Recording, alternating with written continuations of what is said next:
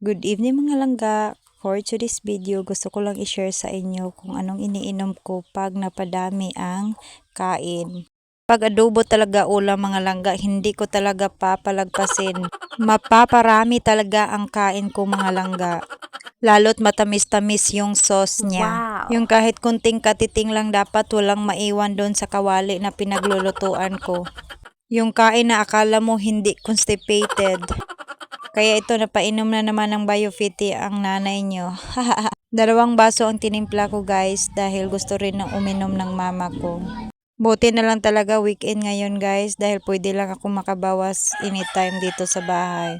Hindi po ako sponsor nitong Biofiti guys ha. Hindi din ako binayaran para i-promote ko ito. Shinare ko lang to para sa mga nanay na constipated katulad ko.